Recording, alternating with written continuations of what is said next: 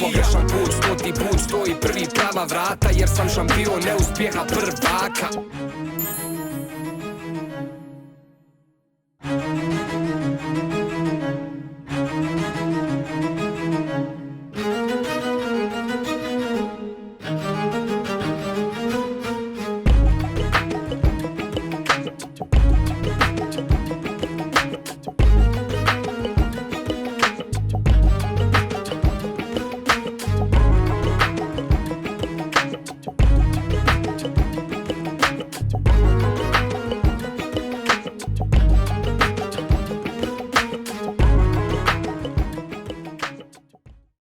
Luka, teško te najaviti, a da se kaže nešto pametno, ono, šta zavrijeđuješ, a da ne budeš ono previše, da to ne ide u tumač. Ali, znači, po velikoj većini najbolji nogometaš sa ovih prostora,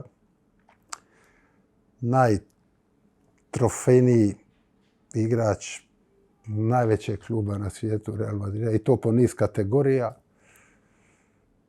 Jedan od najboljih veznih igrača u povijesti nogometa i u sve to ništa manje važno, sigurno jedan od najomiljenijih igrača svoje generacije.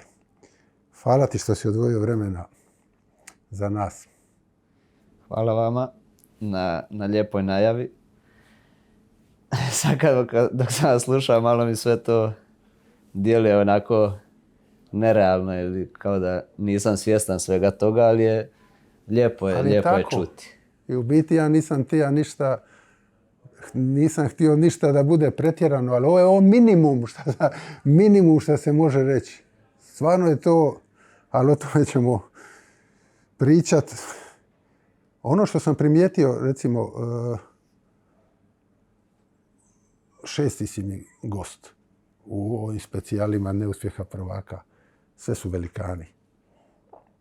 Naravno, ali nekako i za tebe se moram najmanje pripremati jer se znamo cijeli život, ono što se kaže. Ali sam primijetio da te nema nešto slično Janici. Nemate puno, u biti nemate uopće u ovim, sve što je vezano za tebe ima brdo materijala na dnevnoj bazi, ali sve je to izjava utakmici, presica, najava utakmice i te. Znaš, primijetio sam da te nema u ovakvim formatima, ono što se kaže danas. Pa je istina. Nikad nisam bio sklon nekim velikim intervjuima, osim ovih standardnih što ste sami rekli, nakon utakmica, nekad prije utakmica, presice i to. Možda sam imao 1 ili 2, neka veća, ali za van, kod nas nikada. Možda i zato što teško se stečem povjerenja u ljude i teže mi se onda otvoriti sa svima. Osim jedan pisani medij koji je kod nas u Hrvatskoj sa jednim novinarom, što sam imao dugo s njim razgovaram i pričamo i njemu dam intervju s vremena na vrijeme, Robert Mateoni, koji mi je i knjigu pisao, ali i s njim nisam već godina, mislim da je prošlo skoro godinu i pol dvije da nisam napravio intervju, tako da mi je teško steći povjerenje i otvarati se s ljudima i davati intervju, evo kako ste vi sad tu, onda mi je i meni lakše i malo sam, nisam morao, ali mi je nekako mi je lakše s vama.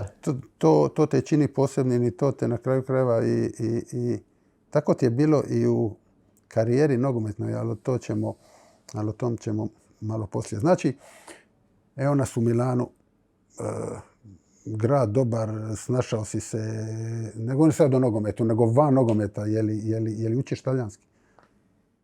Pa jes, hvala Bogu, snašao sam se dobro, grad je predivan, ljudi su me prihvatili fenomenalno, kako u klubu, tako van kluba, suigrači, trener, navijači, sve je stvarno na jednoj visokoj nivou. Vidi se da je Milan jedan veliki klub, povijesni klub, jedan od najvećih na svijetu. Na svakom koraku se to osjeti, tako da sam stvarno sretan i uživam tu. Talijanski mogu reći da dosta razumijem. Nisam još ga počeo učiti, nisam uzeo Su profesora. slični jezici.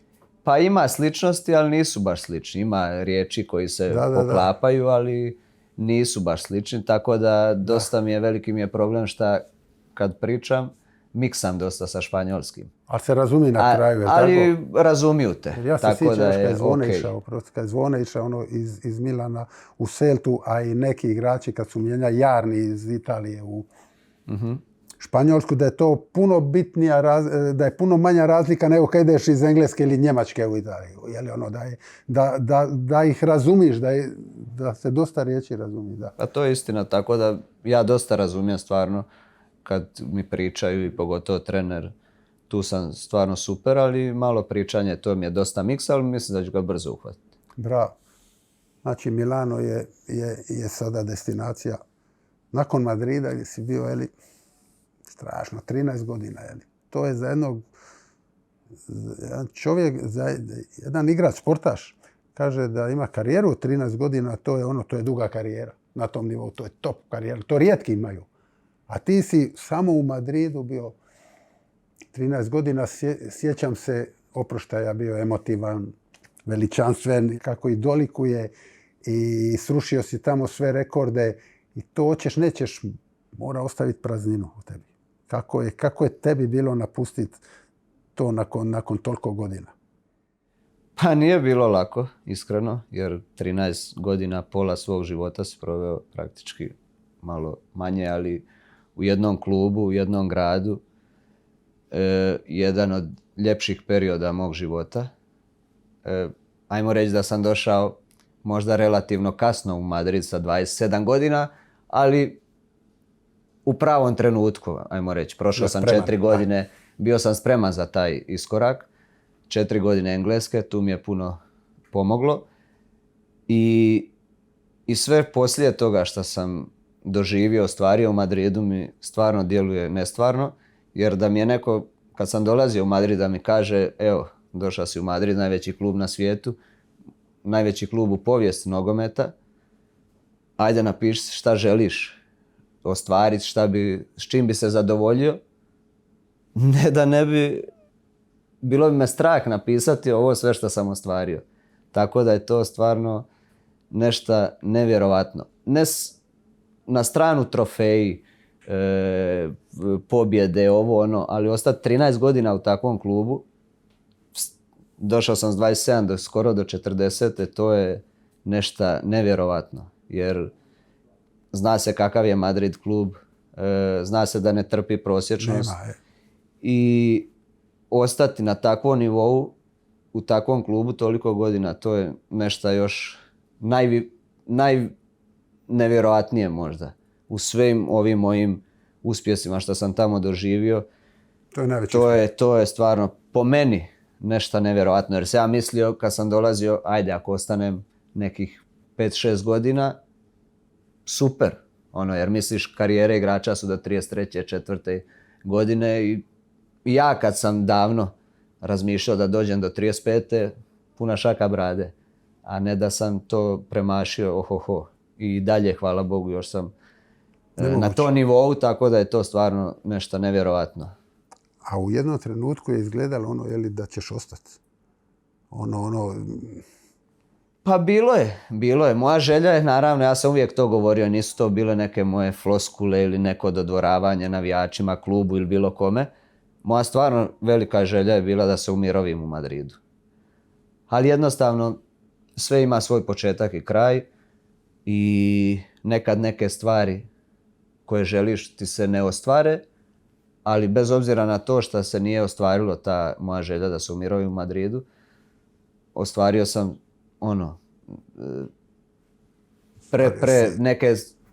dosegli neke stvari koje nikad, kao što sam vam prije rekao, nisam ni mislio da ću doseći. Tako da jednostavno je desilo se to što se desilo, kako se trebalo desiti i za ničim ne žalim. Stvarno kad vidim kakav sam oproštaj imao, ni u mojim najluđim snovima to isto nisam očekivao. Bilo je sve idealno, jako emotivno, kakav sam i ja inače. Ja sam jako emotivan, iako to ne pokazujem, dosta skrivam i držim to za sebe, ali ti zadnji dani u Madridu su bili za mene jako emotivni. To je ta ljubav navijača i kluba i svih ljudi koji su povezani s Madridom je to što ti ostaje zauvijek. To je stvarno nevjerojatno.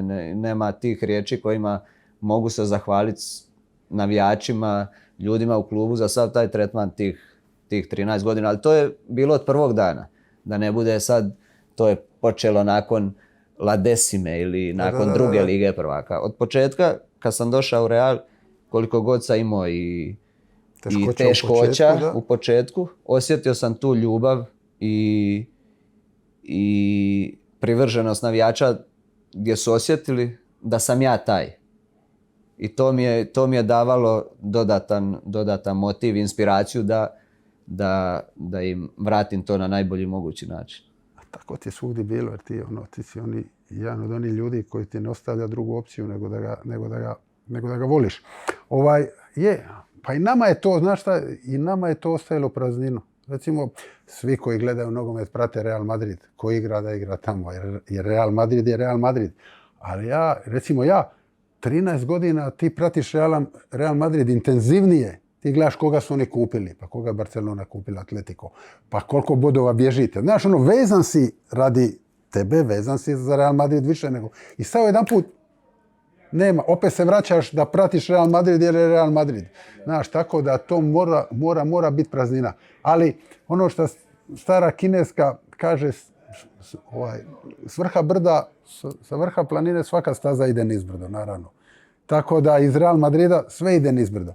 Ali od kad se pojavila ova varijanta Milana, nekako to je odmah izgledalo kao zicer neki, kao da je to.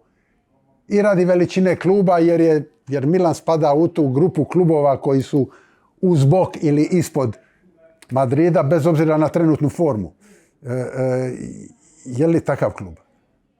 Definitivno. I slažem se tu s vama. Nakon Reala, ja sam to uvijek govorio, gdje god ideš je stepenica dolje. Tu nema nikakve dvojbe i to vam mogu potvrditi svi igrači. Ali mislim da sam došao u jedan klub koji je po renomeu, po povješću, jako blizu Real Madridu. I po meni je bilo, to je najidealnija situacija koja se mogla za mene desiti. Pogotovo što Milan volim kao dijete. Sam rastao uz talijanski nogomet. Milan mi je bio moj klub koji sam najviše obožavao, favorit klub. To radi Zvone ili sve skupa? Pa bio je Milan općenito, ali naravno Zvone tih godina bio tu. Veliku karijeru je napravio u Milanu, kapetan hrvatske reprezentacije i sigurno da je on bio isto imao veliki utjecaj da svi Hrvati, kao što je vjerojatno, ne svi, ali većina, kao što je dok se ja bio u Realu, gledali i navijali za Real, tako su i u Hrvatskoj dok je Zvone bio u Milanu, navijali i gledali Milan. Tako je i meni bilo. I kad se pojavila ta opcija Milana, to je bilo to za mene. Jer ostaješ opet na velikom nivou, na visokom nivou. Talijanska liga po meni jedna od kompetitivnijih u Europi, gdje ima dosta klubova, gdje je dosta izjednačena, nije lagano igrati. I to je bilo za mene stvarno, ajmo reći, lagani izbor. I posebno pristup kluba i ljudi koji su mi pristupili u tom trenutku i objasnili mi projekt kluba, to je za mene bilo A i perfektan je meč nekako, jer ti koliko odgovara to tebi, toliko su oni, toliko je Milan vapio za jednim igračem koji će im dati onu koru, koji će im dati karizmu, koji će im dati ambiciju i motiv koji ti jednostavno zračiš tim i tako. Slažem se, samo da još dodam, uvijek je bilo za mene, da nisam u Realu, kad sam ovako razmišljao, kad jednog dana možda ne bi bio u Realu, nisam mislio da će se taj scenarij desiti, ali kad bi se nekad uvatio u razmišljanju gdje bi volio igrati, Milan je uvijek bio prvi u razmišljanju. Odmah ti dođe Milan. Milan je to. Kad si bio mlad, kad si bio dijete, još si mlad, kad si bio dijete, Serije A, znači kraj, znači 90. godine Serije A nije onda bilo Premier lige na ovome nivou, nego je Serija A je bila krem de la krem, ono što se kaže. I tvoji idoli su od tamo, u biti Serija A te odgodila. Jedan od tvojih mi je, čini mi se, Totti, je li tako isto? Totti isto je Zašto on Totti? idola. Pa si vidio njegov način igre, karizma, personality, sve ono što sam volim u nogometu, vic, kvaliteta, tehnika, sve to on ima i predstavlja. I zbog toga mi je on bio jedan od tih isto igrača koji sam obožavao u djetinjstvu, uz Zvonu. Poslije bilo je tu i drugih, Zizou. Ronaldo mi je, na primjer, fenomeno jedan od najdražih igrača u povijesti nogometa, općenito. Ne govorim da mi je bio idol, ali općenito koji igrač mi je jedan od najdražih igrača svi u igrali nogometu. tad u Italiji, je li tako? Da, i on je isto igrao u Italiji, igrao je i u Barceloni, u Realu, ali Da, ali Inter je bio. Inter je bio strava, dok se nije ozlijedio. Super. A kad uspoređuješ lige, Primeru, Premier ligu i sad Serija A? Pa drugčije su, dosta su, uvijek je to malo nezgodno uspoređivati, ali po meni ovo što vidim u Italiji je dosta liga tehnički i taktički bazirana na tom aspektu. Tehnika, pogotovo taktika. Ekipe su jako posložene, teško je probiti, teško je doći do šansi i vrlo težak nogomet se igra. Jer protiv sve jedne ekipe se trebaš namučiti da dođeš šanse i da dobiješ utakmice. I to je razlika, na primjer, od Španjolske i od Engleske, gdje u Španjolskoj isto se gaji dosta tehnički nogomet, u Engleskoj je ono što se kaže gore dolje run and gun, fizički, brzo, sve zvoniti. Ono kad igraš. Da, i traži se spektakl. I u Španjolskoj, ako u Reala ne napadaš, zviždeti. Bez obzira što vodiš 2-0, je li tako? Istina, uvijek se ovdje traži. Ovdje se tolerira se bunker onako malo. Ne bunker, ali pametnija igra malo. Pa je malo, taktički više baziraju na tome, a u Španjolskoj opet isto ima dosta i tranzicija i isto se igra brz nogomet, što vi kažete, pogotovo u Realu tih 13 godina ne zadovoljavaju s malim stvarima, nije im dosta da dobiješ 2-0, a da igraš nogomet onako ili da se braniš, nego moraš non stop napadati. Traže spektakl. Da. Zato je Real Madrid. Ali neka. Uglavnom, znači, ova emisija je zamišljena, gledao si je to, Bože moj, da pričamo o tvojoj karijeri, ali isto tako da se pokaže, pogotovo mladima, ne nužno sportašima, nego u bilo kojem vidu života, da pokažemo mladima da uspjeh nekoga poput tebe, da nije to tek tako i da nije on satkan samo, da je sve bilo lagano, da je sve išlo onako kao mi u Dalmaciji kažemo po špagu, nego da je to satkano ne nužno od neuspjeha, ali od izazova i da je svako malo, da se treba puno boriti da ono per aspera ad astra, znači preko trnja do zvijezda, da to u biti vrijedi. Jel tako? I sad da bi to mi prikazali kako trebamo se vratiti malo u djetinjstvo, znači ti si rujan 85, jel tako? Da. Rođen i u knjizi koju ste, fenomenalna je, napisali ti i Robi Mateoni, je to opisano, taj tvoje djetinjstvo dosta temeljito, je tako? Jako se dobro tog sjećaš i apostrofiraš i djeda i odrastanje u Zatonu Obrovačkom i sve skupa šta je bilo. Pa je, nije bilo lagano djetinjstvo, ali opet ne mogu reći da kad se vratim u prošlost i razmišljam o djetinjstvu, da je to bilo neko nesretno djetinjstvo, dapače, bio sam sretan, bez obzira, uživao sam, bez obzira na rat i na teškoće koje su bile u to vrijeme, ali djetinjstva se sjećam kao jednog sretnog djetinjstva, jer sam bio okružen dosta sa dosta prijatelja. Jer kako smo bili u izbjeglištu u to vrijeme, u hotelu, onda je bilo dosta djece.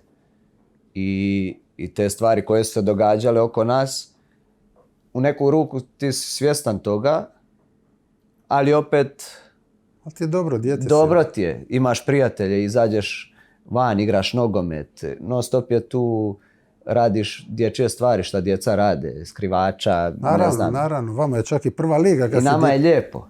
Ali jel se sjećaš do rata? Jel se sjećaš tog ili je to onako više u nekoj magli? Pa ono, neki stvari ne toliko. Ne toliko. Bili smo tad u Zatonu kraj Obrovca i kad je krenio rat, onda smo otišli u Zadar. U hotelu smo živjeli. Sjećaš se nekih stvari. Sjećaš se kad su djeda ubili. Da. Sjećaš se tih situacija i toga. I naravno da to su neke stvari koje te obilježe i ne možeš to zaboraviti. Ali opet, ponavljam, bez obzira na te stvari, na teškoće i sve, djetinjstvo je bilo sretno. Lijepo je bilo, naravno. Je li nogomet od starta? Ili sport, pa koji godi košarka i ovo? Ili je nogomet fokus i sve na nogometu? Nogomet od starta. Volim i druge sportove, igram košarku i mislim da nisam loš. Volim tenis i druge sportove. Sportski sam tip, volim sve, ali nogomet je bio Kako je to napisano u knjizi, fenomenalno.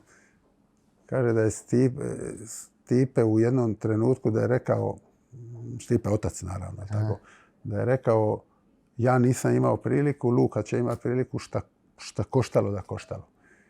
I u vezi podrške i u vezi kupovine onih kostobrana od Ronalda i tih stvari. Jesi li ti osjetio u tim godinama onaj jedan pritisak da se od tebe očekuje da uspiješ na neki način, jer o tvom uspjehu ovisi uspjeh de facto cijele familije? Pa, iskreno nisam osjećao pritisak taj. Prije svega zato što mi ni roditelji nisu stavljali nikakav pritisak. Nego jednostavno su htjeli da se njihovo dijete ili djeca bave s onim šta vole i da uživaju u tome, da budu sretni. I htjeli su priuštiti sve što su mogli i više od toga da bi ja danas sutra možda uspio. Nikad oni nisu razmišljali da će biti ovo što je danas. Naravno. Ali su htjeli biti podrška u svemu onome s čim sam se ja htio baviti, a to je bio nogomet. Jer u to vrijeme kad je rat već bio pri kraju i kad su se ljudi počeli vraćati u svoja mjesta, sela, gdje su im se obnavljale kuće i tako dalje, tako i nama. I bilo je, ili se vraćamo u selo ili ostajemo tu u Zadru. I svi su tati preporučivali, šta ćete vi tu, bolje da se vratite, nema ništa od toga, zaboravite nogomet i to. Međutim, odluka je njihova bila drugačija, ostali smo i dalje u hotelu i htjeli su, kako sam rekao prije, priuštiti sve i podrediti sve meni da bi se ja bavio s onim s čime volim. Tako da je njima idu najveće zasluge, pogotovo u tim početcima. Sigurno, karijera, cijeli život, ali pogotovo u početcima, jer su oni mogli reći ok, vraćamo se tamo. Tako i ko zna na koji put bi i kako bi to se razvijalo poslije. Tako da, ali da sam taj pritisak osjećao, nisam osjećao nikakav pritisak. Da. Uživao sam u tome šta radim, igrajući nogomet, bio sam sretan, imao sam svoje snove, razmišljao sam jednog dana da ću biti neki uspješan nogometaš, da ću biti uspješan u tome šta radim, ali da sam imao pritisak i da sam razmišljao da moram ja nešto napraviti. Naravno. Ne, nisam imao, ali sam htio na račun toga vratiti na neki način roditeljima i bio sam unutra maksimalno fokusiran i htio sam napraviti sve da dođem do onoga šta ja želim. A to je bitno, to te odredilo kao karakter. To je ono što moja baba je govorila, da što naučiš do 3. osnovne si naučio. Ti znači, to je to.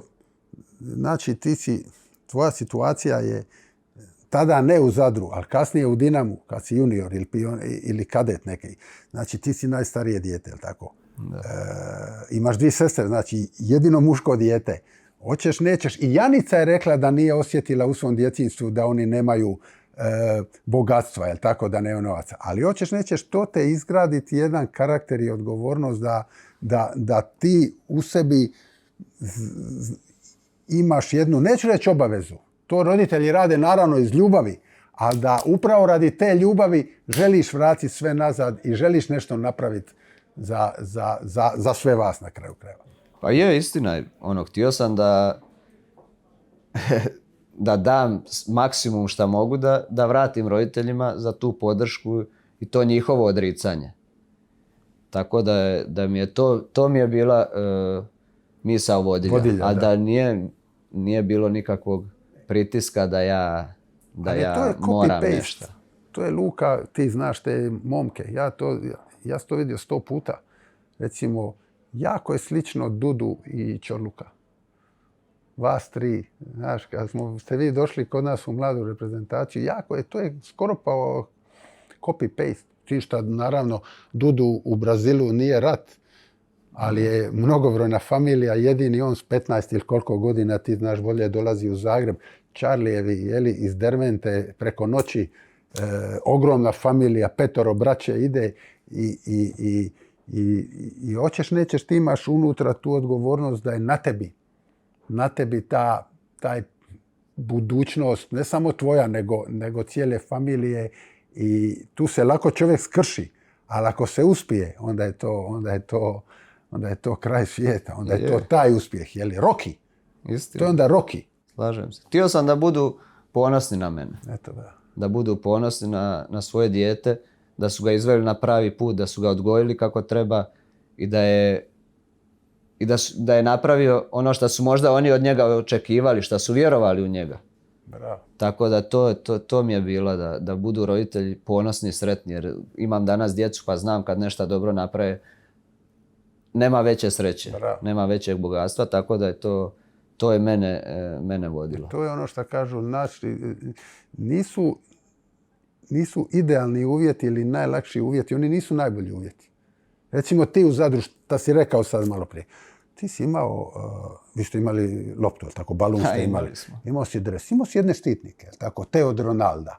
Imao si, taj teren ti je bio ili pješke ili biciklom, jel tako? Sve je tu, ali nemaš previše svega.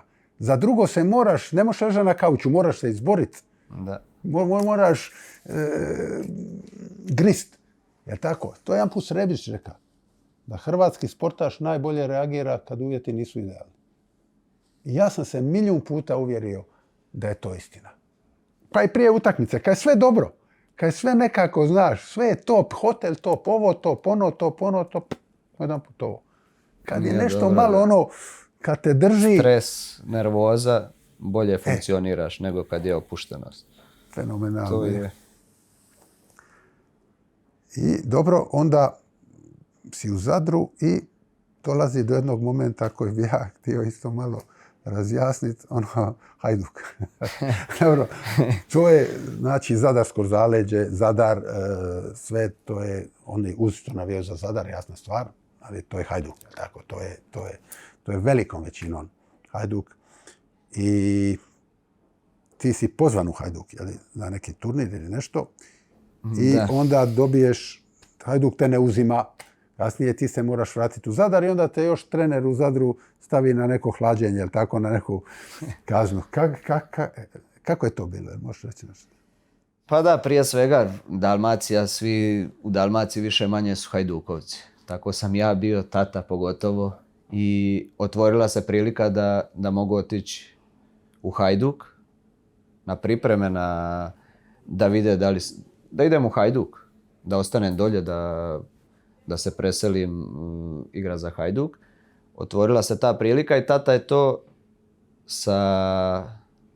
napravio mimo Zadra, mimo znanja pokojnog Tomislava Bašića. Ja sam otišao dolje, bio sam sa današnjim kumom Oštrićem, bili smo skupa dolje i bili smo nekih možda 2 tjedna i imali smo te neke utakmice, treninge i to, i gdje ljudi u Hajduku su tada odlučili da je prerano za mene, da to još nije to. Sad zbog koga, zbog čega. Grgurević već bio tamo. Grgurević je već bio tamo. Jer ja kad sam bio dolje osjećao se da je to taj nivo da mogu mogu igrati. Da si ti taj, da vidim da sam tu. taj, jer smo igrali mi dosta puta utakmice Zadar protiv Hajduka, protiv Šibenika i mi smo više manje pobjeđivali. I Hajduk, i Šibenik, i druge klubove po Hrvatskoj. Tako da imali smo dobru generaciju. Ja se osjetio da je to, ali ljudi su odlučili u Hajduku da je još prerano. Da li je to zbog pritiska iz Zadra, jer je u to vrijeme pokojni Tomislav Bašić imao veliki utjecaj. U nogometu čovjek je bio avangarda ispred svog vremena i on se tu naljutio na tatu prvenstveno zato što me odveo mimo njegovog znanja dolje. I ok, desilo se što se desilo, nisam prošao i vraćam se u Zadar i mislio sam ok. Naravno da je bilo razočarenje, trebaš se vratiti u Zadar, razočarenje je, znaš, a ipak ti nisi tako dobar. Da. Ipak nije to i sad se vraćaš ovdje kod nas. I sad sam ja očekivao kad se vratim, nastavljam trenirati, idemo dalje, ko da ništa nije bilo. Nije me to pokolebalo, ali ti je dotaklo malo neki ego koji i krila srezalo. I međutim, pokojni Tomo Bašić kaže tati ne, ako on nije dovoljno dobar za Hajduk, nije dovoljno dobar ni za nas i ne može trenirati. I tu je tata bio zašto to, kako, ovo, ne, 3 mjeseca ne može trenirati, neka radi, tad je on posebne vježbe, neka ide i viša se na neke šipke, ograde i da se izduži kao da bi narastao više, da bi se izdužio koji centimetar. Da li je to pomoglo ili nije, ne znam. I ta 3 mjeseca nisam mogao trenirati, to je, zamislite, voliš nogomet, sve ti je i ne možeš ići trenirati sa svojim prijateljima. Međutim, iskoristio sam to da radim to što mi je on rekao i igrao sam svaki dan na parkingu ispred hotela, u školi i tako sam održavao, kompenzirao to što nisam smio trenirati.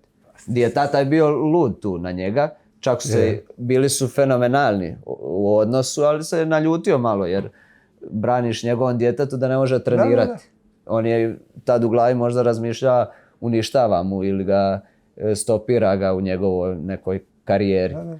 Međutim, nakon 2-3 mjeseca oni su tu sjeli, pričali, sve su izgladili, ja sam se vratio trenirati u Zadar. I onda je, poslije toga sam otišao u Dinamo, ali to je razlog zašto nisam ostao u Hajduku. Sad koji je, da li je to što sam rekao prije, ne znam, ali jednostavno su odlučili da je prerano za mene, da nisam još taj. A recimo tada se pojavila priča koja je danas, ta ista otprilike.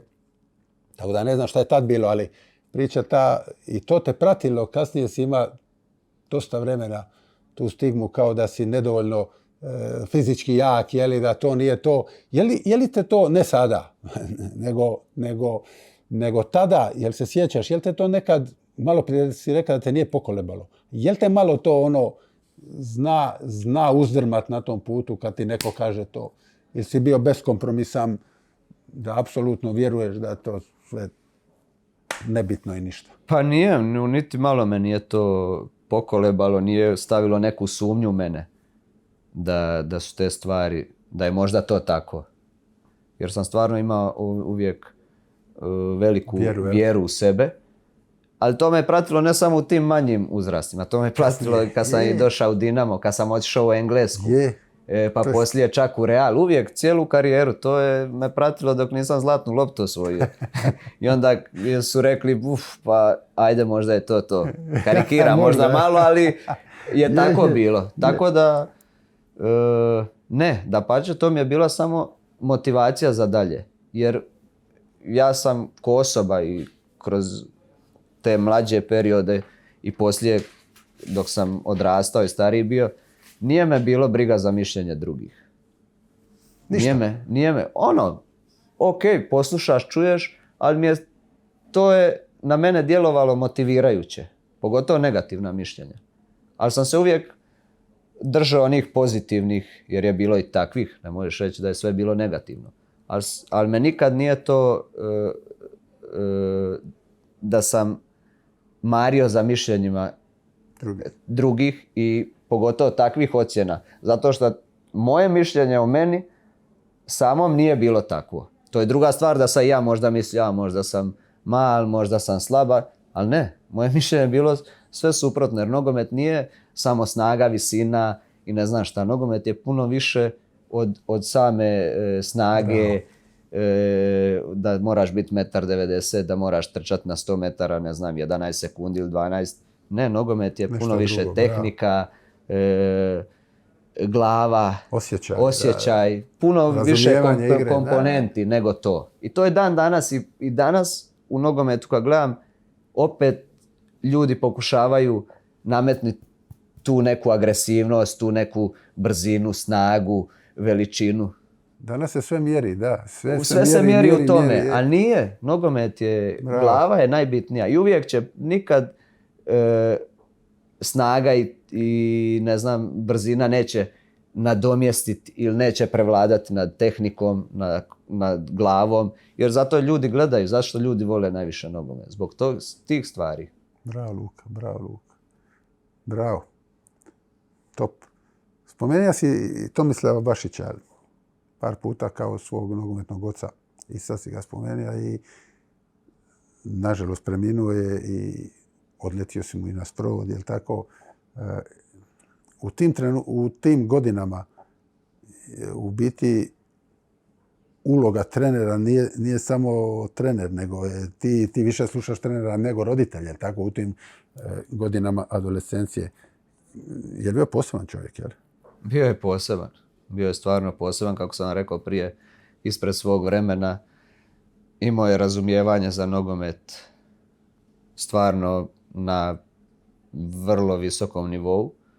I za mene je bio poseban, jer je jedan od rijetkih ljudi koji je vjerovao u mene od početka.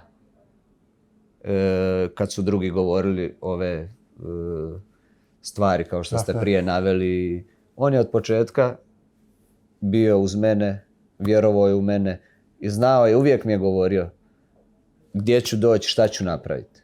I uvijek je bio uz mene. I kad drugi nisu vjerovali, kad su drugi imali puno skepsi, on nikad. Ali od početka. On je jedan od rijetkih ljudi, uz, naravno, moju obitelj. Ali od trenera i tih, on je jedan od rijetkih. Neću sad da griješim dušu da kažem da nije ih bilo, ali on je, jer sam s njim imao odnos poseban. Moj nogometni otac, obiteljski, smo se družili. Njegov sin mi je bio trener u mlađim kategorijama. Tako da taj odnos je bio stvarno nešto nevjerojatno i zahvalnost koju imam prema njemu, to je ne može se ni izraziti kroz proste riječi, tako da je to stvarno nešto nevjerojatno. Znači i on je veza prema Dinamu i vi odete u Dinamo i rastanak je onako, sestre, mama su bili dosta emotivne, tako, kad si morao ići u Zagreb. Je. Pa on me je preporučio u Dinamo, Zdravko, koji je tad bio broj 1 sve u Dinamu. On me je preporučio i nije me Zdravko znao. Nisu me oni znali previše. Uzeli su me na njegovu riječ. Da, Zdravko mu je vjerovao. Vjerovao mu je. Tako da, to je to. A rastanak sa obitelji, to je... Teško je bilo, objektivno, sa sestrama, s mamom, s tatom. Znaš, sad odlaziš iz Zadra, ideš u Zagreb, nije to... Tad je bilo, jer nije bilo autoputova, bilo je više. Bilo je skoro 5 sati, jer nije bilo autoputa, da. Imalo se voziti. Ali opet tu si, šta god dođeš, brzo, ali rastanak nije bio lagan. Znači, svi plače sestre, tata je inače emotivan i on to ne može suzdržati se, on to baš izbaci sve iz sebe, je. I mama je tu najstabilnija, iako je jako emotivna, ali je više kao ja, ona drži to za sebe. Da. Ali ja kad sam ušao u auto, onda kad ispred njih nisam, ali kad sam otišao i ušao u auto i meni su suze onda na oči krenule, jer znaš, ostavljaš prijatelje, svoje djetinjstvo iza sebe, ideš u novi grad, novi ljudi, moraš upoznati nove prijatelje, ali znao sam gdje idem, htio sam napredovati i bio sam spreman na taj korak. Tako da, ali da nije bilo lagano, ali opet kad znaš šta želiš i onda je sve puno lakše. Dobro, sad dolaziš u Zagreb, znači veliki grad, Dinamo, top klub, u to vrijeme škola pod Zdravkom i to je sve, to je posloženo tip top, razvijaš se normalno, jel tako, privikavaš se na sve i onda dolazi onaj period koji je, kako se to, kao bi rekao, nije zanimljiv toliko, on je prošao ispod radara malo, ono što kaže, ali to je najbitniji period kad završavate juniorski staž ili zadnju juniorsku gdje se puno igrača pogubi, jer je to najteži prelaz iz juniora u seniorski nogomet, gdje ti u biti, gdje se tebi sve ti ide kako treba. Znači, odlazak u Zrinski. Tako. Iz ove današnje perspektive to zvuči kao jedan od najboljih poteza. Da. Međutim, u to vrijeme to je ogromna mina. To je tempirana bomba, ideš u drugu zemlju, ideš u jednu ligu koja je surova, je tako? Gdje ovo, gdje ono? Kako ti je to bilo? Pa jednostavno, po meni, moje razmišljanje, pogotovo što ste i sami rekli, taj prelaz iz juniora u seniore, dosta kompliciran. Dosta se tu igrača pogubi. Ali prvenstveno, onako kako ja vidim, možda zato što u tim godinama ne igraju, nego možda ostanu negdje gdje im je lakše, gdje su u svojoj zoni komfora i onda nisu spremni na napraviti taj neki iskorak, otići možda negdje dolje stepenicu da bi otišao opet gore. I to je po meni možda neki problem, a ja sam odmah htio, kad mi se ukazala ta prilika, odmah sam htio ići u Zrinski. Jer znam, ideš u profesionalnu ligu, mislio sam da je to bolje za mene, zato što ću se natjecati u seniorskom nogometu. Neću ostati možda u juniorima, ili tad se radila ta druga momčad Dinama. Formirala se. Da. Ali to ostaješ tu, igraš možda protiv drugoligaša, trećeligaša i tu si sa prijateljima, lijepo ti je u svojoj sezoni komfora. Komotno je, ali a si sam to odlučio, koliko bi napredovao, to je pitanje. Ne, klub je, onda se otišli su par igrača u Zrinski dolje i onda su oni zvali u klub, da li bi ja išao. I onda se ja rekao da bi, jer su otišli Landeka, Đidić, s kojima se ja imao jako dobar odnos. A direktor kluba u to vrijeme je bio Đidića tata i onda su oni mene zvali da li bi ja došao. I onda se ja rekao da. I otišao sam dolje i ostalo je, kako to se kaže, povijest. Ali mi je bilo stvarno fenomenalno. To je jedan od boljih poteza, je možda izgledao u tom periodu sad iz ove perspektive možda kao neki riskantan, ali ja ga nisam gledao tako. Ja sam to vidio kao neku priliku da se dokažem. I tako sam pristupio tome i stvarno mi je bilo fenomenalno. I pomoglo je što je došao jako brzo Štef za trenera Deverić, je li tako? Koji ti je bio trener u juniorima. On je došao jako brzo nakon možda 5-6 kola. Da. Iako i trener prije, Franjo Đidić, isto mi je bilo lijepo s njim surađivati. I lijepo mi je bilo od prvog dana, ali se sjećam situacije, sad sam došao dolje u Zrinski i sad je prva utakmica. I znate kako ono prije imalo, nakon treninga, sutra je utakmica i sad daju listu igrača koji su na spisku, koji igraju, koji su u kadru. Da. Sad hoćeš igrat, nećeš ali sam išao dolje s mišlju da ću igrat, koji su 18, koliko je bilo. I sad svi čitaju imena i mene nema na spisku. Ali niko mi ništa ne govori. I završilo to s trening, ja pod tuš, suze. Razočarenja, misliš šta je ovo, sad došao sam tu igrat, čovjek me ne stavi na spisak. Nema me na ja pod tušu, u tušu još sam bio i plačem, molim Boga da niko ne uđe, da me niko ne vidi. I ništa, i tu se nekako ja smirim i završio, obukao se, idem kući, razočarenje teško. I dolaze do mene, odnosno zovu me na telefon i kažu nisi na spisku jer nisu došli tvoji papiri. I tu olakšanje, dobro, ajde, nije loše. I eto, to je jedna od anegdota, tako da i onda je krenulo stvarno sve super i došao je Stjepan Deverić i imali smo stvarno dobru sezonu. Borili smo se u početku za opstanak, ali na kraju smo završili negdje u sredini tablice, možda 7., 8. Ali mi je ta stvarno period u Mostaru mi je izgradio ko osobu. Očvrsnio sam dosta jer je Riga bila dosta, već sam 100 puta rekao, surova, agresivni protivnici. Meni je to pomoglo kao jednom mladom igraču da napredujem i da vidim da ja mogu se nositi. To su te godine strašne. U tom seniorskom nogometu. Ono što smo pričali, znači to je taj period gdje se mnogi pogube, jel tako? Znači ti si u 2 godine, znači iz Zrinskoga nakon godinu dana ideš u Inter iz Zaprešića. Gdje odjedanput tamo te čeka opet, a to je sreća na koju ti ne utječeš, jer ti nisi znao da će Štef Deverić doći za trenera. Isto. Ovako je došlo, je tako? Dolaziš u Inter gdje je Čeči Bogdan, isto jedna ugodan čovjek, gospodin, elokventan, sve voli pričat i sve za mlade je dobar je, dolazite vi se odjedanput borite za prvaka.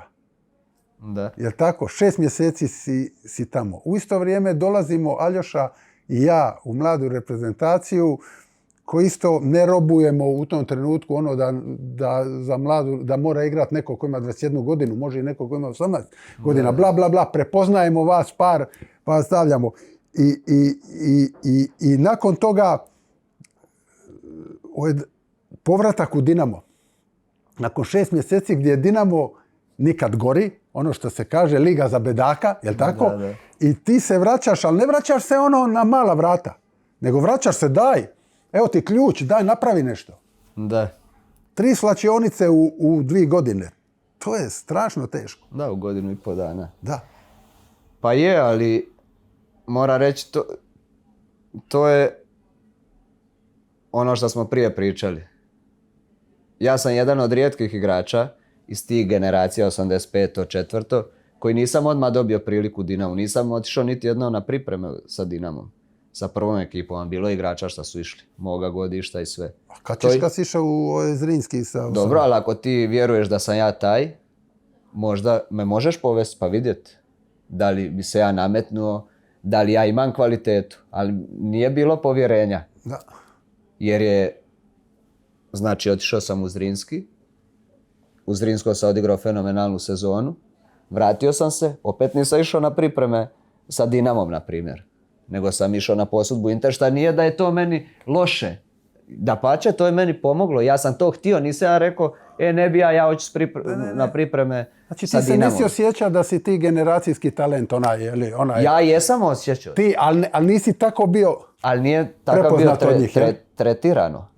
Jer ako je neko, ako su igrači koji su dobivali priliku, na primjer, išli su na pripreme. Svi su dobivali, nekoliko, sad da ne ulazimo imena. Ali nije da je to neko, ja imam neku sad loše. Ali ti si u glavi mislio da si ti taj, da si bolji od ovih koji idu na pripremu. Ja sam to je bilo moje razmišljanje. I zato sam rekao i pokojni Tomo Bašić je uvijek, on je bio, nije bio zato da ja idem, jer je htio da idem odmah s Dinamom. Da. Jer je on govorio je non stop da sam ja taj. Ali dobro, nebitno. Opet ponavljam, ovo iskustvo u Zrinskom me izgradilo ko osobu, ko igrača, ko sve. Pomoglo mi je puno. Odlazak u Inter, stvorila se klapa fenomenalna. Charlie je išao sa mnom, Čale, poslije mislim Janjetović, ako se ne varam, bilo je nekoliko nas iz Dinama. I stvorila se klapa, to je nevjerojatno bilo. I mi smo prvih 6 kola imali 6 pobjeda. Čak smo i Dinamo pobjedili u Zaprešiću.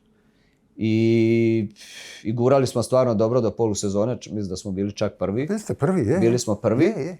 I Dinamo je tu odlučio me vratiti u tom zimskom prijelaznom roku. Gdje ja tad sam htio ostati u Interu. Htio sam ostati jer igramo dobro, borimo se za prvaka, vraćam se u Dinamo na polusezoni, nikad nisam volio to vraćanje na pola nešto. Ideš od početka ili ne ideš. Ali je Dinamo odlučio da se vratim, vjerojatno je na tu odluku utjecalo Nikin odlazak u Hajduk. I onda je desila se najlošija moja polusezona u Dinamu, gdje smo igrali ligu za bedaka i gdje ja praktički sam odigrao 1 ili 2 utakmice i poslije sam se ozlijedio. To je bio jedini period kad mi je bilo drago što sam ozlijeđen. Jer je bio je kaos u klubu. A to je dosta ovako, lako gledati sve iz ove perspektive, znaš, kad prođe, onda je sve top. Znaš, međutim, u tom trenutku, kao što si rekao, znači 3. slačionica u godinu i pol dana je Dinamo. Gdje ide Niko Kranjčar iz Dinama. Ne da ide iz Dinama, nego je kao, on je otjeran iz Dinama. Da. Ako reći, ide, znači, top igrač, sin legende, najveći talenat i sve, potjeran i sad dolaziš ti gdje ljudi nemaju ništa protiv tebe, naravno, ali imaju za Niku.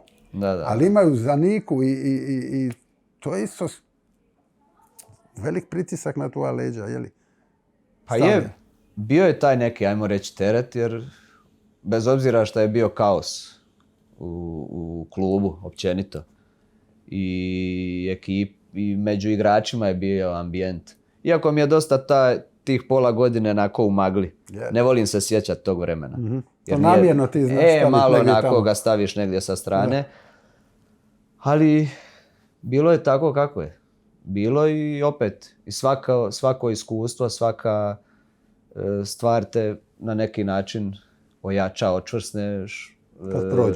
Kad prođe, tako da i tih pola godine naučio sam nešto novo. Vidiš da nije sve idealno ko što mi je bilo idealno u Zrinskom.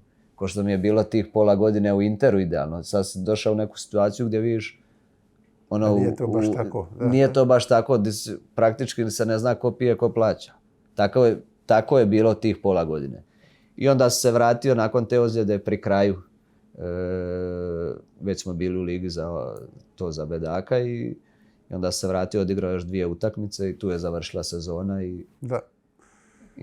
U biti tad je to bilo sa Nikom Kranjčarom i u biti su više su novinari napravili, pa i kasnije taj neku kao rivalitet između jel mogu njih 2 skupa, jel mogu ovo. Na kraju ja isto kao izbornik sam primijetio da ste u biti vi dva umjetnika, 2 kreativca, genijalca koji ne da mogu skupa, nego oni čak na terenu su najbolji kad su blizu jedan drugoga. U biti, pa i mi smo tako često u ovoj reprezentaciji nešto, kako je niko igra lijevo, ili tako, tamo vi bi na lijevoj strani to zakopčali, zadržali i onda tamo desno su Srna i Čorluka koji kidišu, šta kaže. I ovo, u biti ste kasnije igrali skupa i u Tottenhamu, u biti 2 talenta umjetnika, rekao sam, prijatelja koji se respektiraju i najbolje funkcioniraju na terenu skupa jer se razumiju, je li tako? Je, definitivno. Mislim da se to i pokazalo kroz naše utakmice, kroz reprezentaciju, poslije kroz Tottenham. Da smo na terenu funkcionirali fenomenalno. Van terena veliki respekt. Jedan prema drugome. I gušt je bio s Nikom, Niko je igračina. I gušt je igra sa takvim igračima koji vide nogomet na sličan način. Da. Tako da je stvarno taj period dok smo igrali skupa u reprezentaciji i u Tottenhamu, pogotovo u reprezentaciji je bio gušt.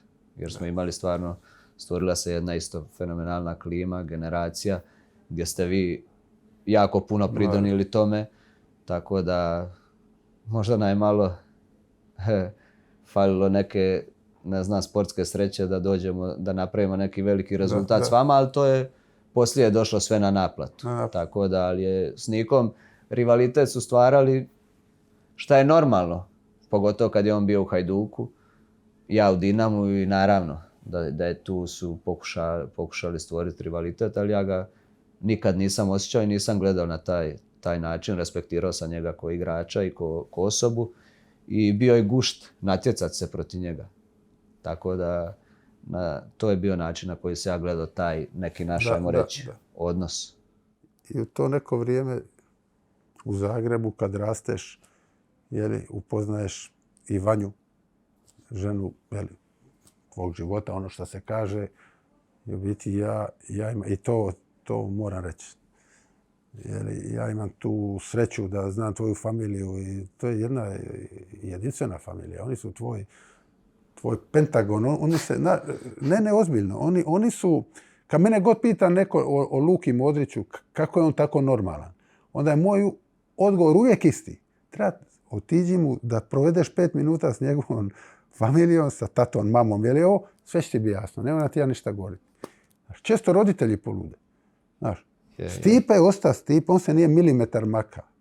Mama ti je ostala mama, sestre, Vanja, stric. Oni su jednostavno, oni su tvoj Pentagon, tvoj pik, tvoj baza gdje vi balansirate jedno drugo da u ovom ludom svijetu ostanete normalni i fenomenalni su. To su nosivi zidovi, nema tu knaufa niti malo, čovječe. To je definitivno tako u svakom pogledu. Prvo obitelj, što sam rekao, tata, mama, sestre, stric, koji ne mogu ga izostaviti, koji je tu ko tata praktički. Su me odgojili kako su me odgojili i šta vi kažete kad pogledaš njih, kako da ja budem drugčiji. Ne mogu biti. I nisam se niti malo promijenio, jer ja ne mislim da se ja sad nešto posebno, zato što sam sve napravio što sam napravio. Dalje se vidim kao neki normalan dečko, koji naravno ima svojih i boljih dana i loših dana. Ko osoba sam napredovao, mijenjaš se, napreduješ, ali nije da sam promijenio izvorno ono što sam ja, da sam se tu promijenio. Sazrijevaš. Ali, znate kako kad nekom nešto ne paše ljudima, kad kažeš ili napraviš, evo ga, promijenio se. Šta nije tako. Tako da oni stvarno jesu dali mi mir i stabilnost, pogotovo Vanju se upoznao još dok se igrao u Interu i ona mi je dala definitivno veliku stabilnost kad imaš nekoga kod kuće da možeš se fokusirati na teren, na ono što je primarno. A to nije baš slučaj u današnjem svijetu da imaš tako nešto. Da se podredi tebi, tvojoj karijeri neko. Ko što je ona to napravila. Tako da sam tu s te strane, što ste vi rekli, jackpot. Jackpot, tako. Da. Taj period ide u biti baš dobro, znači onda dolazi nakon tog Dinama Lige za bedaka, vraća se u Dinama pokojni Josip Kuželj, tako odjedanput Dinamo, vi ste prvaci, počinje dominacija koja traje cijelo to vrijeme. Nažalost, skoro pa i još.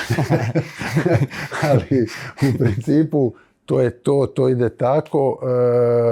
Igraš za mladu reprezentaciju koja igra dobro tada, ulaziš u A reprezentaciju, debitiraš super protiv Argentine, ideš na svjetsko prvenstvo 2006. Ne ideš puno, ne igraš puno, je li tako, ali igraš nešto i onda upadaš, kad mi dolazimo u A reprezentaciju, upadaš unutra i odmah postaješ stožerni igrač i igra se dobro, ti rasteš, plasiramo se na Euro i dolazi to tvoje prvo veliko natjecanje gdje si protagonist, jel tako, u ovoj Austriji. Koje počinje triumfalno, daješ penal u 3. minuti. Znaš, to je isto stvar ogromna. Pucat penal u 3. minuti. Nakon onog našeg razgovora noć prije na prateru, i onda razočarenje protiv Turske. To još, a znam da te još kad pričam ovako, još je to malo nekad u glavi. Ta neće nikad, bez obzira što smo napravili poslije s reprezentacijom i drugi i treći finale Lige nacija, to ne može se zaboraviti jednostavno, to utakmica. To je jedan od najtežih, ne jedan, možda najteži trenutak u mojoj nogometnoj karijeri, profesionalnoj karijeri. A i mlaci tada još, mlaci, ali bez obzira, nisi spreman, ali je stvarno bilo jako teško. Sve to procesuirati, zašto se desilo, kako, šta smo mogli bolje. Tu je poslije bilo melješ po glavi šta, zašto da sam napravio ovo, da je ovaj napravio. To je sljedećih nekoliko mjeseci nisam mogao normalno funkcionirati. I kad sam otišao u Englesku, u početku mi je, bilo mi je... Još sam razmišljao o tome. Tako da nije bilo lako, samo sjetite se vi situacije i trenutaka u slačioni nakon Turske. Šta je to bilo? To tako nije ni na sprovodu, kako je bilo u našoj slačioni. Ja, nešto je trebalo dati, valjda da se dobije... Pa je, ali slažem se. Samo što u tom trenutku, šta ti to zna? U tom trenutku niko ne razmišlja, jer su dolazili drugi nam u slačioni, pa bit će sve dobro. Ti ga gledaš, šta će biti dobro. Gotovo. Znaš, pusti me na miru, daj da, samo nek se svi maknu, nek nestanem. Tako da, ali opet, to te ojača, opet na drugu stranu.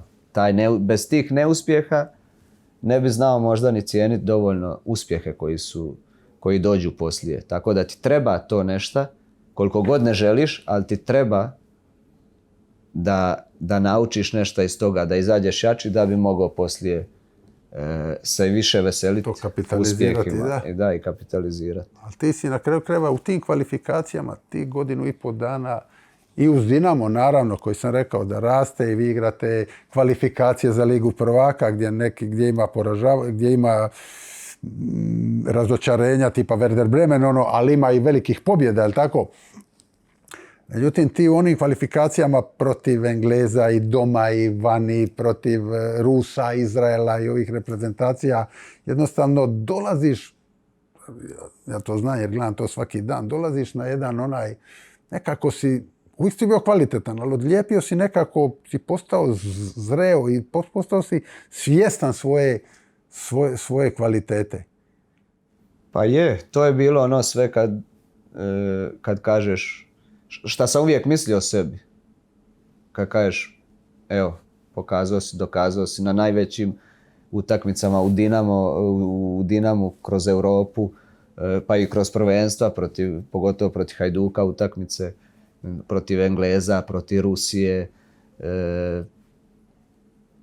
gdje su te utakmice gdje se vidi ko je koji, gdje se potvrđuje tvoja kvaliteta i da li možeš biti na tom nivou. Tako, Njemačka, Euro, to je jedna od boljih utakmica reprezentacije. Ja sjećam, vjerojatno se sjećate i vi, nakon Makedonije kad smo išli na Wembley, šta sam vam rekao u slačioni, da ćemo izgaziti tamo. Ne, u Čatežu, sjećam se, mi smo bili u Čatežu se tad pripremila reprezentacija. Da, u Čatežu smo bili. Ti meni doješ, šta smo mi se plasirali. Nakon Makedonije dolazimo u Čatež i u srijedu je utakmica na Wembleyu, koja nama kao ne znači, a uvijek ti znači jer je Wembley, a njima znači sve, Englezima, i mi u ponedjeljak na trening, je blato je u Čatežu jer treniramo već 8 dana. A već smo igrali u blatu na Makedoniji. I govoriš, ti meni dolazimo, blatnjasti cijeli na terenu i govoriš, pa možete zamisliti kad mi izađemo na Wembley u srijedu ili kaj je to bilo. I to stvarno kako bude. Kako ćemo ih razbiti, tako i stvarno je. I stvarno je. Je. Top. Ali vi ste nam dali kroz to, ne sad zato što s vama pričam, nama pogotovo mlađima, to samopouzdanje. I imali smo ogromnu zahvalnost prema vama i htjeli smo vam to vratiti. Kad bi, moj osjećaj bio, kad bi naprimjer neku ili lošiju utakmicu ili kad ne bi, imaš osjećaj kao da smo vas izdali. Toliko smo vam htjeli vratiti za sve to što ste nam vi dali. Ne samo kod trener, nego sa savjetima. Sjećam se još iz mlade reprezentacije gdje ste meni dali kapetansku traku u Švedskoj, gdje je bilo igrača od najmlađi, bilo je od 83. godište, 84. Gdje vi meni na jednom od prvih treninga govorite, tad je Iniesta počinje igra za Barcelonu. Da. Vi meni govorite, ti si rang Inieste, ti si taj rang. Samo on igra u Barceloni, ali ti možeš doći na to. Tako je. I zamislite šta je meni tad u glavi, u mom razmišljanju prema vama i koliko hoću na terenu za vas napraviti šta god treba. I to nas je nosilo, pogotovo nas mlađe, kroz te godine, ali i ove starije imali smo baš odličan spoj. Balans i Sarobije, Kovač, Srna koji je već bio, ajmo reći, među starijima, Đo Šimunić, Dario Šimić i ostali, Niko Kovač. Tako da je stvarno smo imali nevjerojatnu atmosferu i balans i sve. Je bilo dobro. I uglavnom, ti prije eura potpisuješ za Tottenham, je li tako? Prije eura.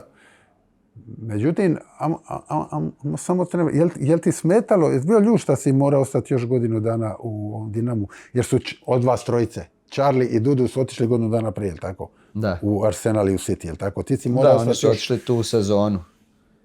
Nije mi smetalo zato što sam ja htio ostati u Dinamu. Ali mi je bilo krivo. Zato što su oni otišli, jel? Bilo mi je krivo, ali bez obzira što su oni otišli, ja opet sam htio ostati u Dinamu jer sam razmišljao, volio bi napraviti s Dinamom neki rezultat u Europi, jer je i Dinamo imao tu ambiciju i tako se bar prezentiralo i nama. Ali međutim, prva ponuda, Charlie van, najbolji prijatelj. Znači, ostaješ bez jednog. Druga, Dudu, ide i on. Ti gledaš, pa zašto? Ako se priča da želimo nešto veliko napraviti. Znači, idu ti dva najbitnija igrača. Ali bez obzira na to, opet sam htio ostati. Jer uživao sam u Dinamu, bilo mi je lijepo. Stvarno mi je bilo lijepo.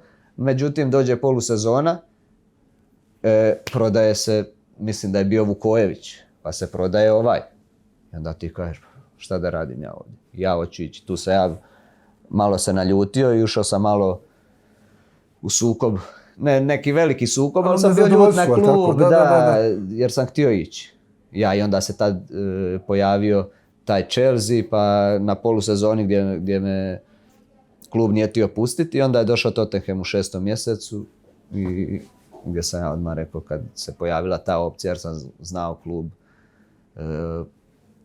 jako dobro, i čim se pojavila ta opcija rekao sam idem, to je bilo to.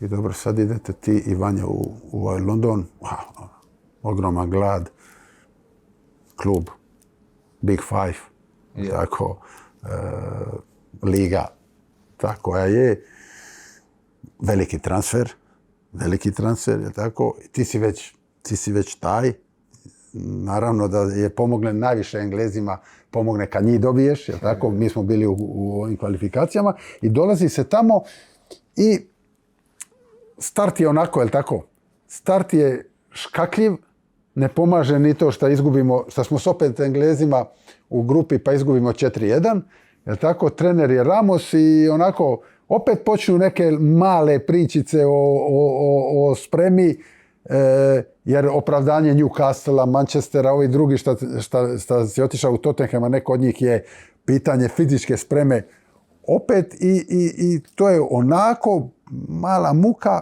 kratko traje i onda dolazi opet dobra stvar, dolazi Harry Redknapp za trenera. Je. Pa da, u Tottenhamu nije krenulo najbolje. Prije svega pripreme su me satrale. Zašto? Pa jer su mi bile jedna od najtežih priprema koje sam imao u životu, ali možda isto je razlog bio što nakon eura, kako sam od te traume eura, nisam htio čuti za nogomet, ništa. Mjesec dana što smo imali slobodno, ništa nisam radio. Ja sam inače lud kad nešto ne radim, moram ili igram košarku ili igram tenis, tih mjesec dana, ali baš ništa nisam radio. Jer bilo mi je puna kapa nogometa zbog tog poraza od Turske, još je ta trauma bila. I onda sam došao tamo, pripreme, trčanje, 3 treninga dnevno, ujutro u 7:30 na golf terenima u Valenciji smo bili na priprema, trčimo Zokora, Gilberto Brazilac i ja, Zokora kilometar ispred mene može trčati 3 dana, ja iza klipsam. I onda u 10:30 trening na plaži i navečer nogomet, noge drvene, ne možeš ništa. I tako, i tu sam imao neku malu ozljedu koljena ovog trkačeg i nije krenula dobra sezona, izgubili smo u prvih nekoliko utakmica, mislim da smo imali samo 1 bod. I nakon, da sad krivo ne kaže, nekoliko kola, dolazi Harry Redknapp za trenera. Mi igramo kući sa Boltonom i on nije trebao, jer je noć prije došao, on nije trebao biti na klupi. Ali on kao iskusni lisac sjedne na klupu. Bolton kući, postavi ekipu i mi tu odigramo super, dobijemo 2:0. I od tog je krenulo. Mislim da smo igrali svoje vremeno u toj Premier ligi jedan od najljepših nogometa. I tad smo dobili poslije Liverpoola kući, ima ona famozna utakmica 4-4 na Emirates odmah poslije toga. Stvarno smo igrali fenomenalan nogomet s Harryjem. I on je bio, obožavao je Hrvate. I stvarno je bio idealan trener za ekipu koju smo imali u tom periodu. Stvarno pravi stručnjak, frajer, razumije nogomet, onaj tip engleskog trenera gdje gleda, kad treba nešto kaže, treninge je manje vodio, ali bi se uključivao kad bi bilo potrebno i točno ti da instrukcije kako i šta da radiš na terenu. I tako da je onaj bio idealan. I on volio Hrvate, ili tako? I volio je Hrvate, obožavao, uvijek je lijepo pričao o vama, o Štimcu. Vas je u jednom trenutku bilo 4 kroz Tottenham su nas zvali. Klete, Niko, Charlie i ja. Da. Četvorica. I on je trener koji njega često znaju podcjenjivati. On je meni bio u West Hamu. Njega često znaju, jer je on svoj najveći neprijatelj, jer on govori taktika, nije da se hvali s tim. Ali on je trener koji voli na teren staviti što je god moguće više igrača koji su dobri sa loptom. Da. On se ne boji na teren staviti tebe i Niku i ovoga i onoga i onoga. Nema s tim problema. Stavi ove jer voli igrat. Voli. Razumije nogomet. I po meni je nevjerojatno da on nikad nije bio trener Engleske. Mislim da bi on bio idealan za 100%. Generaciju igrača koje su oni imali tada. Da je bio idealan trener, ali zašto nije došlo do toga? Nešto, to su neke bile, ja mislim, van nogometne stvari. Dobro, to je njegove. I uglavnom ta Tottenham, koji uvijek Tottenham, je tako, ali ide se i u Ligu prvaka, ona utakmica sa Cityjem kad ste dobili. Nakon 60 nešto godina. Nešto. I u Ligi prvaka se igra odlično, sve skupa i Milan i sve ovo i Real, je tako? S Realom smo izgubili u 4 finala. Tako. I to je sve, to raste, pada ona stigma, dobijaš ti individualno ogromne pohvale i od Sir Fergusona, i od Alex Fergusona, i od ovoga, i od onoga. I u biti,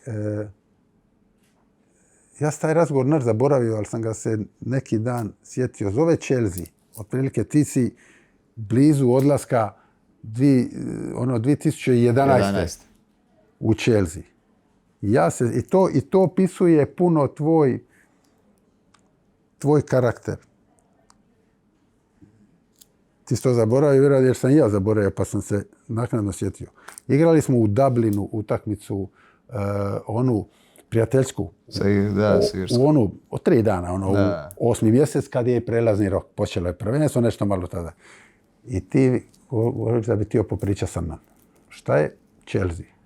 Jer kao, ti si htio ići u Chelsea, ti si rekao, javno. Vidiš to kao svoj iskorak, jel tako? Da. Ali si igrač Tottenhama, jel tako? Znamo da je Tottenham jako težak za pregovore, pogotovo sa engleskim klubovima, i vi igrate neku generalnu probu sa Tottenhamom protiv nekoga gdje ti igraš dobro i slaviš gol koji vi date. I ti meni govoriš, šefe, zvali su me iz Chelsea, neću reći ko, ali nije bitno, zvali su me iz Chelsea i rekli da se tako ne ponaša igrač koji želi ići iz kluba. Ja kažem, ok, Luka, ali reci ti njima da si ti Luka Modrić i da oni ako će te kupiti, neka te kupe. A ne da ti šta moraš opaliti trenera šakom u glavu za ića. Znaš, u današnje vrijeme, u vrijeme kad je najnormalnije ne pojavi se na pripremama, ne pojavi se na ono bla bla bla, ti želiš ići u Chelsea. Chelsea je tada, jeli? Vrh. Ali nećeš praviti stvari koje se ne rade. Ne. Da, ja sam izjavio to, možda nisam trebao izjaviti javno, jer ipak sam u Tottenhamu mi je bilo lijepo i proveo te 3 godine stvarno odnos moj sa klubom i sa navijačima i sa svima je bio fenomenalan, ali jednostavno sam osjetio da sam u tom nekom trenutku dosegao neki nivo i da želim napraviti taj iskorak da bi dalje napredovao u karijeri. Ali jednostavno Tottenham je bio tvrdi i odmah mi je predsjednik na prvom razgovoru gdje je bio dosta dosta čvrst i onako šarf razgovor s njim mi je dao do znanja da nema nikakve šanse da će me pustiti. I ja sam nakon toga nastavio normalno, ko da se ništa ne dešava, jer sam znao da će biti teško, klub u Londonu, jedan drugi, rivalitet, ali opet sam htio, ali sam znao da će biti jako teško. I na kraju se nije desilo, ali sam nastavio igrati kao da nije ništa bilo i odigrao sam možda jednu od najboljih sezona te godine, gdje smo opet završili 4., ali Chelsea osvoji Ligu prvaka te godine, nije ko danas. Ako si 4. ideš bez obzira. Chelsea je bio 5. i onda su, kako su osvojili, oni su upali u Ligu prvaka, Tottenham nije. Tako da, sezona je bila fenomenalna i poslije toga je došao godinu poslije. I na kraju ispadne bolje. Top, jer vjerojatno da si išao u Chelsea ne bi bilo vjerojatno Reala, bar ne bi za godinu dana, ne bi sigurno. Ne bi sigurno, da. Tako da je ispalo idealno. Ne prodaje Chelsea igrače. Baš. Tako ja uvijek se vodim, ko zna zašto je to dobro kad se nešto ne desi. Tako da eto, na kraju se pokazalo zašto je dobro. Da. I onda imamo, znači, prije toga je još jedno natjecanje s reprezentacijom gdje se mi najprije ne plasiramo 2010. Ili tako? I onda 2012. smo na Euru, gdje je ista situacija kao 2008. Isto su Iniesta, samo su sad u grupi, još su Talijani, Irci i Španjolci. Isto su Iniesta, Xavi i naravno i Pirlo, ali sada ti već znaš u svojoj glavi da si ti taj rang, samo si ti Hrvata, oni su Španjolci, jel tako?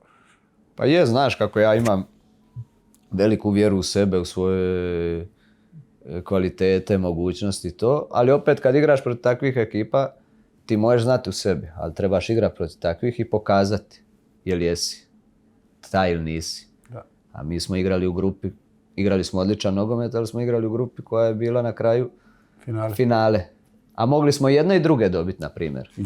Mogli smo, igrali smo odličan nogomet protiv njih, ali nažalost nije se poklopilo i ispali smo u grupi, ali igrali smo dobar nogomet, jako dobar. Jako dobar. I to je ona utakmica protiv Španjolske gdje kasnije saznamo da te Mourinho dolazi konačno gledat zadnji put, to je to i ti odigraš. To je jedna fenomenalna utakmica. No, ta i protiv Turske su 2 utakmice koje smo mi izgubili. Pa se ne priča o njima kao top utakmica, ali to smo pričali par puta, obe te utakmice si odigra. Ti protiv Turske i namjestiš onu šansu za pogodio prečku i gol namjestiš vamo. Kao vezni igrač. A protiv Španjolske to je isto bilo top. I znači ide se u Real. Tako. Je li tebi u biti predsjednik Levi, je li ti on obećao, je li istina da je on rekao godinu dana prije, to ako te dogodine zove Real, pa ićeš, je li? Ili ne? Istina je da mi je obećao, ali ne kad nije se desio Chelsea, nego mi je na polusezoni obećao. Jer se ja i dalje inzistirao da želim i dalje ići. Jer je Chelsea i dalje mene htio i možda iduću godinu. Ja sam rekao da želim ići. I tu smo mi imali razgovore čak i za produženje ugovora, za potpisivanje novoga i tako. Međutim, gdje mi on u jednom trenutku, ne znam zašto, to možda on bolje zna, rekao, jedini klub gdje bi te pustio da ideš je Real Madrid. I sad Real Madrid, koliko god ti vjeruješ u sebe, nekad ti zvuči nedostižno. I misliš to je možda predaleko. Jer Real je posebno, bio sam 13 godina i znam o čemu pričam. I on meni to, ja kažem, ok, ali šta ako ne pojavi se Real? Da, ali kao to je jedini klub gdje bi te pustio. I ja kao, ok, dobro. I gdje smo imali još poslije toga jedan razgovor, gdje je čak i Vanja bila prisutna, gdje je on to ponovio opet. I dobro, ja kažem, ok. Međutim, onda došlo je to Euro, pripreme za Euro, mi smo bili u Rovinju. Čak prije nego što se išao u Rovinj, zovu me da Real me želi. Ja wow, ostao, paf. Znači, to je to. I tu je počeo kontakt tu negdje neki 5. mjesec pri kraju sezone čak, ili smo već bili na odmoru, na pripremama. I tu se ja znao za interes Reala, gdje sam pričao i s trenerom i sve. Međutim, odlazak tamo je bio sve samo ne lagan.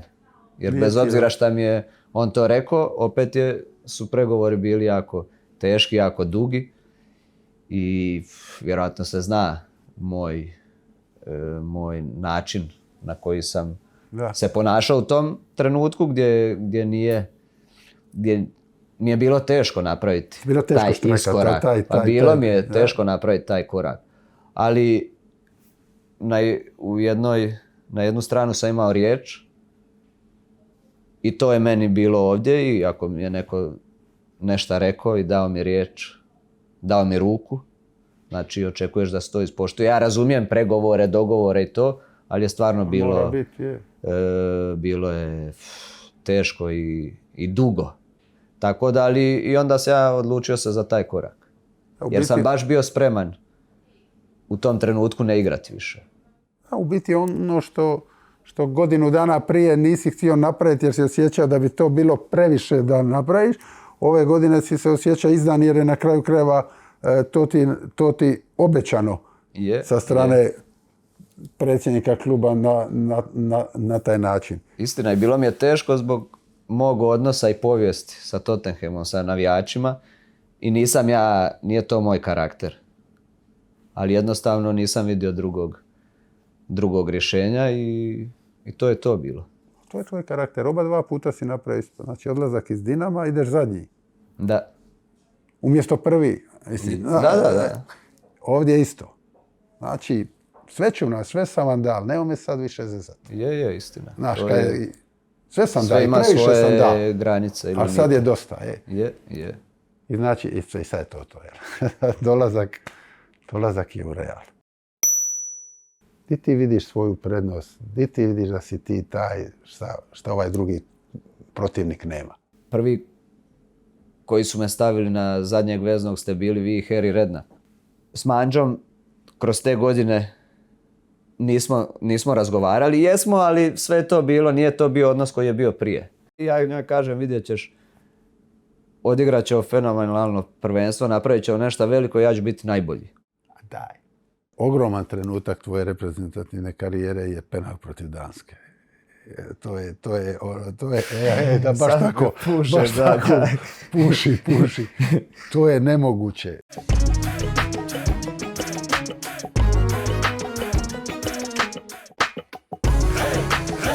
Nikad poraz, samo lekcija. Pogrešan put, 100. put, stoji prvi prava vrata, jer sam šampion neuspjeha prvaka.